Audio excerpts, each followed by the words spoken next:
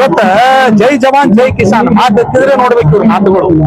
ರೈತನೇ ಬೆನ್ನೆಲುಬು, ದೇಶದ ಬೆನ್ನೆಲುಬು. ಆ ರೈತನ ಬಗ್ಗೆ ಏನ್ ಮಾತನಾಡ್ತಾ ಇದ್ರಿ? ನಿಮ್ಮ ಶಾಸಕರ ಸ್ಯಾಲ್ರಿ ಹೆಚ್ಚಾಗ್ಬೇಕಂದ್ರೆ ಯಾವುದೇ ಅಡಚಣೆಗಳಿಲ್ಲ, ಎಲ್ಲಾ ಪಕ್ಷದವರು ಒಕ್ಕೂರದಿಂದ ಅದನ್ನ ಪಾಸ್ ಮಾಡ್ಕೊತೀರಿ ವಿಧಾನಸಭೆಯೊಳಗೆ. ಇವತ್ತು ರೈತರು ಇವತ್ತು 9 ದಿನ ಆಯ್ತು ಬೀದಿಗಿಳಿದು ಹೋರಾಟ ಮಾಡ್ತಾ ಇದಾರೆ. ಅವ್ರು 3,500 ಕೊಡ್ಲಿಕ್ಕೆ ಆಗ್ತಾ ಇಲ್ಲ. ನಿಮ್ಗೆ ಸಕ್ಕರೆ ಕಾರ್ಖಾನೆ ಇದ್ದವ್ರು 2 ಮಾಡ್ಕೊಂಡಾರ, 2 ಇದ್ದವ್ರು 3 ಮಾಡ್ಕೊಂಡಾರ. ಲಾಭ ಎಲ್ಲಾರದೇ ಮಾಡ್ಕೊಂಡ್ರು, ನಷ್ಟದಾಗ ಮಾಡ್ಕೊಂಡ್ರು. ಕೆಲವೊಂದು ಒಬ್ರು ಅಂತೂ ವಿಮಾನ್ಯ ಅಡ್ಡಾಡ್ಲಿಕ್ಕತ್ತಾರ, ಇನ್ನು ಕೆಲವೊಬ್ರು ಹೆಲಿಕಾಪ್ಟರ್ ತಗೊಳ್ಳುವಂತ ಯೋಜನೆ ಮಾಡಿದಾರೆ. ಈಗ ರೈತ ಬೀದಿಗಿಳಿದು ಹೋರಾಟ ಮಾಡ್ತಾ ಇದ್ದಾನ 3,500 ಕೊಡ್ರಿ. ಎಂತ ಒಂದು ನಾಚಿಕೇಡಿನ ಪ್ರಶ್ನೆ ಇದು. ಇದರಲ್ಲಿ ವೈಯಕ್ತಿಕ ರಾಜಕೀಯ ಟೀಕೆ ಟಿಪ್ಪಣಿಗಳನ್ನ ಮಾಡ್ಲಿಕ್ಕೆ ಹೋಗಲಿಲ್ಲ. ಇನ್ನೊಂದು ಏನಪ್ಪಾ ಅಂದ್ರೆ, ಇವತ್ತು ಯಾರೇ ಆಗ್ಲಿ ರೈತರ ಬಗ್ಗೆ ಹಗುರವಾಗಿ ಮಾತನಾಡುವುದನ್ನು ನಾನು ತೀವ್ರವಾಗಿ ಖಂಡಿಸ್ತೀನಿ. ನಮಸ್ಕಾರ ವೀಕ್ಷಕರೇ, ನ್ಯೂಸ್ ಆಫ್ ಹಿಂದೂಸ್ತಾನ್ಗೆ ಸ್ವಾಗತ. ನಾನು ಧನಮ್ಮ. ಇದರಲ್ಲಿ ವೈಯಕ್ತಿಕ ರಾಜಕೀಯ ಟೀಕೆ ಟಿಪ್ಪಣಿಗಳನ್ನ ಮಾಡ್ಲಿಕ್ಕೆ ಹೋಗಲಿಲ್ಲ. ಇನ್ನೊಂದು ಏನಪ್ಪಾ ಅಂದ್ರೆ, ಇವತ್ತು ಯಾರೇ ಆಗ್ಲಿ ರೈತರ ಬಗ್ಗೆ ಹಗುರವಾಗಿ ಮಾತನಾಡುವುದನ್ನು ನಾನು ತೀವ್ರವಾಗಿ ಖಂಡಿಸ್ತೀನಿ. ಯಾರೇ ಇರ್ಲಿ, ಅವ್ರು ಯಾವುದೇ ಪಕ್ಷದವ್ರು ಇರ್ಲಿ, ಏನ್ ನಡೆದಿದೆ, ರೈತ ಯಾಕೆ ಹೋರಾಟ ಮಾಡ್ತಾ ಇದ್ದಾನೆ ಅನ್ನೋದು ಸಾಮಾನ್ಯ ಜ್ಞಾನ ಆದ್ರೂ ಇದೆ ಅವರಿಗೆ. ಇವತ್ತ ಜೈ ಜವಾನ್ ಜೈ ಕಿಸಾನ್ ಮಾತೆತ್ತಿದ್ರೆ ನೋಡ್ಬೇಕು ಇವ್ರ ಮಾತುಗಳು. ರೈತನೇ ಬೆನ್ನೆಲುಬು, ದೇಶದ ಬೆನ್ನೆಲುಬು. ಆ ರೈತನ ಬಗ್ಗೆ ಏನ್ ಮಾತನಾಡ್ತಾ ಇದ್ರಿ? ಕೆಲವು ರಾಜಕಾರಣಿಗಳಿಗೆ ಕೇಳಿಕ್ಕೆ ಇಚ್ಛೆ ಪಡ್ತೀನಿ ತಮ್ಮ ಮಾಧ್ಯಮದ ಮೂಲಕ. ನಾನು ಎಂತ ಒಂದು ಕೀಳಾದ ಭಾಷೆಯನ್ನು ನೀವು ಉಪಯೋಗ ಮಾಡ್ತಾ ಇದ್ರಿ? ದಯಮಾಡಿ ನಿಮ್ಮ ಮಾತುಗಳನ್ನ ಹಿಂದೆ ಪಡ್ಕೊರಿ. ರೈತರ ಮತಗಳಿಂದ ನೀವು ಇವತ್ತು ಶಾಸಕರಾಗಿದ್ದೀರಿ, ಸಚಿವರಾಗಿದ್ದೀರಿ. ಮೊದಲು ಗಮನದಲ್ಲಿಟ್ಕೋರಿ. ಇವತ್ತು ಪಕ್ಕದ ಮಹಾರಾಷ್ಟ್ರ ರಾಜ್ಯದಲ್ಲಿ ಇವತ್ತು 4,000ಕ್ಕೂ ಅಧಿಕ ಬೆಲೆಯನ್ನ ರೈತ ತಗೋತಾ ಇದ್ದಾನೆ. ಕರ್ನಾಟಕದಲ್ಲಿ ಯಾಕೆ 3,500 ಕೊಡ್ತಾ ಇಲ್ಲ ನೀವು? ಯಕ್ಷ ಪ್ರಶ್ನೆ ಆಗಿದೆ. ನಿಮ್ಮ ಶಾಸಕರ ಸ್ಯಾಲ್ರಿ ಹೆಚ್ಚಾಗಬೇಕಂದ್ರೆ ಯಾವುದೇ ಅಡಚಣೆಗಳಿಲ್ಲ, ಎಲ್ಲಾ ಪಕ್ಷದವರು ಒಕ್ಕೂರದಿಂದ ಅದನ್ನ ಪಾಸ್ ಮಾಡ್ಕೊತೀರಿ ವಿಧಾನಸಭೆಯೊಳಗೆ. ಇವತ್ತು ರೈತರು ಇವತ್ತು 9 ದಿನ ಆಯ್ತು ಬೀದಿಗಿಳಿದು ಹೋರಾಟ ಮಾಡ್ತಾ ಇದಾರೆ. ಅವ್ರು 3,500 ಕೊಡ್ಲಿಕ್ಕೆ ಆಗ್ತಾ ಇಲ್ಲ. ನಿಮಗೆ ನಾನು ಕೇಳ್ತೀನಿ, ಮಾನ್ಯ ಮುಖ್ಯಮಂತ್ರಿಗಳಿಗೆ ಸಕ್ಕರೆ ಕಾರ್ಖಾನೆ ಮಾಲೀಕರ ಸಭೆಯನ್ನು ಕರೆದಿದ್ದಿಲ್ಲ, ಅವ್ರಿಗೆ ಕೇಳ್ರಿ. ಒಂದು ಸಕ್ಕರೆ ಕಾರ್ಖಾನೆ ಇದ್ದವ್ರು 2 ಮಾಡ್ಕೊಂಡಾರ, 2 ಇದ್ದವ್ರು 3 ಮಾಡ್ಕೊಂಡಾರ. ಲಾಭ ಎಲ್ಲಾರದೇ ಮಾಡ್ಕೊಂಡ್ರು, ನಷ್ಟದಾಗ ಮಾಡ್ಕೊಂಡ್ರು. ಕೆಲವೊಂದು ಒಬ್ರು ಅಂತೂ ವಿಮಾನ್ಯ ಅಡ್ಡಾಡ್ಲಿಕ್ಕತ್ತಾರ, ಇನ್ನು ಕೆಲವೊಬ್ರು ಹೆಲಿಕಾಪ್ಟರ್ ತಗೊಳ್ಳುವಂತ ಯೋಜನೆ ಮಾಡಿದ್ದಾರೆ. ಈಗ ರೈತ ಬೀದಿಗಿಳಿದು ಹೋರಾಟ ಮಾಡ್ತಾ ಇದ್ದಾನ 3,500 ಕೊಡ್ರಿ. ಎಂತ ಒಂದು ನಾಚಿಕೇಡಿನ ಪ್ರಶ್ನೆ ಇದು. ನಾನು ಕೇಳಿಕ್ಕೆ ಇಷ್ಟೇ ಕೇಳ್ತೀನಿ, ಏನ್ FRP ಹೇಳ್ತೀರಿ ನೀವು? 1966 ಆಕ್ಟ್ ಪ್ರಕಾರ ಏನ್ ಇವತ್ತು ಸೆಂಟ್ರಲ್ ನಮ್ದು ಶುಗರ್ ಕೇನ್ ಒಂದು ಇದು ಆಗಿದೆ, ಪಾಸ್ ಆಗಿದೆ.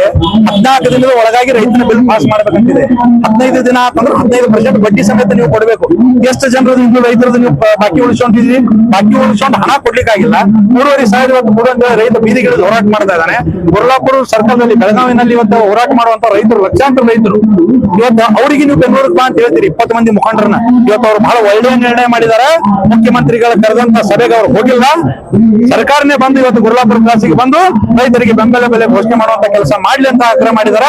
ರೈತರ ಬೆನ್ನೆಲುಬಿಗೆ ಎಲ್ಲಾ ಸಂಘ ಸಂಸ್ಥೆಗಳು, ಹಿಂದೂಪರ ಸಂಘಟನೆಗಳು, ಅನೇಕ ಸಂಘ ಸಂಸ್ಥೆಗಳು ನಾವೆಲ್ಲ ಜೊತೆಗಿದ್ದೇವೆ ಅನ್ನೋ ಮಾತನ್ನು ನಮ್ಮ ಮಾಧ್ಯಮದ ಮುಖಾಂತರ ನಾನು ಸರ್ಕಾರಕ್ಕೆ ಹೇಳಿಕೆ ಈಗ ಎಲ್ಲಾ ಸಂಘಟನೆಗಳು, ಹಿಂದೂಪರ ಸಂಘಟನೆಗಳಾಯ್ತು ಮತ್ತು ಬೇರೆ ಬೇರೆ ಸಂಘಟನೆಗಳು ರೈತರಿಗೆ ಸಾಥ್ ಕೊಡುವಂತದ್ದು.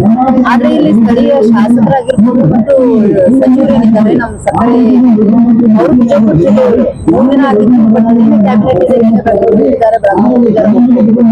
ಬಟ್ 3 ದಿನ ಇಲ್ಲಿ ರೈತರು ಉಪವಾಸ ಕೂತು ರೈತರು ಇಲ್ಲೇ ತಿನ್ನುವಂತ ಇವರೆಲ್ಲ ಅವ್ರ ಬೆಳೆದಿದೆ ಅನ್ನ ತಿಂತಾರೆ. ಆದ್ರೆ ಶಾಸಕರು ಬೇರೆ ಬೇರೆ ಕಡೆ ಎಲ್ಲ ಭೇಟಿಗಳು, ಯಾಕೆ ಇಲ್ಲಿ ವಿಜಯಪುರ ಜಿಲ್ಲೆಯ ಜನತೆಗೆ ಅವ್ರು ಸಾಥ್ ನೀಡ್ತಾ ಇದ್ದಾರೆ? ಪ್ರಶ್ನೆ. ಬಹಳ ನೋವಿನ ಸಂಗತಿ. ಯಾರ ರೈತನನ್ನ ನೀವು ಬೆನ್ನೆಲುಬು ಅಂತ ಹೇಳಿ ಕರೀತಿರೋ, ರೈತನಿಗೆ ಅಪಮಾನವಾಗುವ ರೀತಿಯಲ್ಲಿ ಇವತ್ತು ತಾವು ಕೆಲವೊಂದು ಮಾತುಗಳನ್ನ ಆಡ್ತಾ ಇದ್ರು. ದಯಮಾಡಿ ಇದು ತಮಗೆ ಶೋಭೆ ತರುವಂತದ್ದಲ್ಲ. ಇದು ಯಾವುದೇ ರಾಜಕೀಯ ವೇದಿಕೆ ಅಲ್ಲ. ನಿಮ್ಮ ರಾಜಕೀಯಕ್ಕೆ ಮಾತ್ರ ಸೀಮಿತಗೊಳಿಸಿರಿ. ಇವತ್ತು ರೈತ ಪಕ್ಷಾತೀತವಾಗಿ, ಜಾತ್ಯತೀತವಾಗಿ, ಧರ್ಮಾತೀತವಾಗಿ ಬೀದಿಗೆ ಬಂದಿದ್ದಾನೆ.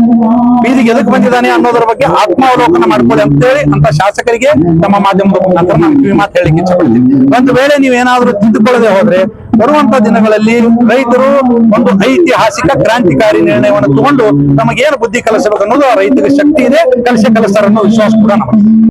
ಬದುಕ್ತಕ್ಕಂತ ರೈತ ಬೆಳೆದಿರ್ತಕ್ಕಂಥ ಬೆಲೆ, ಕಬ್ಬಿನ ಬೆಲೆ 3,500 ಕನಿಷ್ಠ ಇದು ನಮ್ಗೆ ಅಲ್ಲದು. ಆದ್ರೂ ಕೂಡ ನಾವು ಅವ್ರಿಗೆ ಗಡುವು ಕೊಟ್ಟಿವಿ.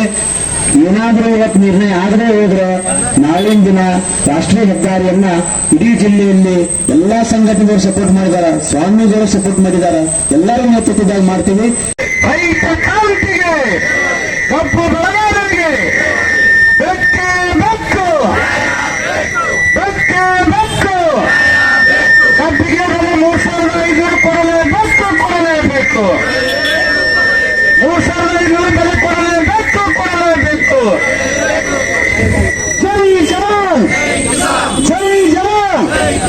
ರೈತ ವಿರೋಧಿ ಸರ್ಕಾರಕ್ಕೆ, ರೈತ ವಿರೋಧಿ ಸರ್ಕಾರಕ್ಕೆ, ರೈತ ವಿರೋಧಿ ಕೇಂದ್ರ ಮತ್ತು ರಾಜ್ಯ ಸರ್ಕಾರಕ್ಕೆ, ರೈತ ವಿರೋಧಿ ಕಾರ್ಖಾನೆಗಳ ಮಾಲೀಕರಿಗೆ, ರೈತ ವಿರೋಧಿ ಕಾರ್ಖಾನೆಗಳ ಮಾಲೀಕರಿಗೆ, ರೈತ ವಿರೋಧಿ ಜಿಲ್ಲಾ ಆಡಳಿತಕ್ಕೆ